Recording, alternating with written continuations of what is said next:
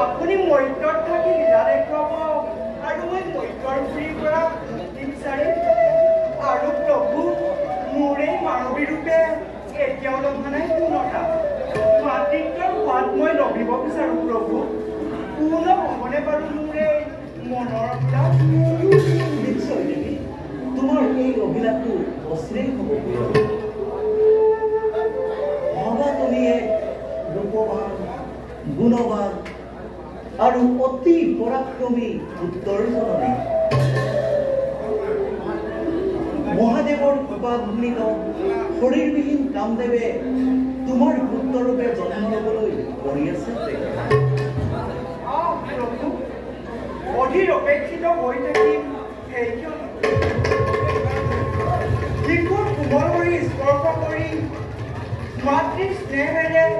আঁকোৱালি ল'ব